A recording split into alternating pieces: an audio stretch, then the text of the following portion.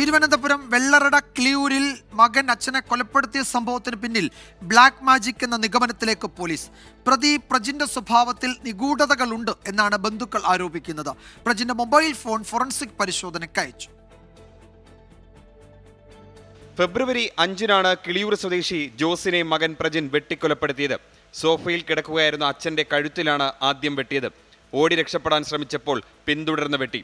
ജോസിന്റെ ശരീരത്തിൽ 28 തവണ വെട്ടേറ്റെന്നാണ് പോസ്റ്റ്മോർട്ടം റിപ്പോർട്ടിൽ പറയുന്നത്. ജോസിന് മുമ്പും മകനിൽ നിന്ന് മർദ്ദനമേറ്റിരുന്നു. മൃതദേഹത്തിൽ മർദ്ദനമേറ്റ ഒട്ടനവധി പാടുകളുണ്ടായിരുന്നു. ദുർമന്ത്രവാദത്തിന് അടിമയായിരുന്നു പ്രജിനെന്ന് സൂചിപ്പിക്കുന്ന തെളിവുകളും മുറിയിൽ നിന്ന് കിട്ടിയിരുന്നു. ഇയാളുടെ മൊബൈൽ ഫോൺ കൂടി പരിശോധിച്ചാലേ ബ്ലാക്ക് മാജിക്കിൽ വ്യക്തത വരൂ. അച്ഛനെ കൊലപ്പെടുത്തിയ പ്രതി മൊബൈൽ ഫോൺ ഫോർമാറ്റ് ചെയ്ത ശേഷമാണ് കീഴടങ്ങിയത്. ഇത് റിക്കവർ ചെയ്ത ശേഷം പ്രജിനെ കസ്റ്റഡിയിൽ വാങ്ങി വിശദമായി പോലീസ് ചോദ്യം ചെയ്യും. വീട്ടിലെ മുകൾ നിലയിലെ മുറിയിലായിരുന്നു പ്രജിൻ അധിക സമയവും ചെലവഴിച്ചിരുന്നത്.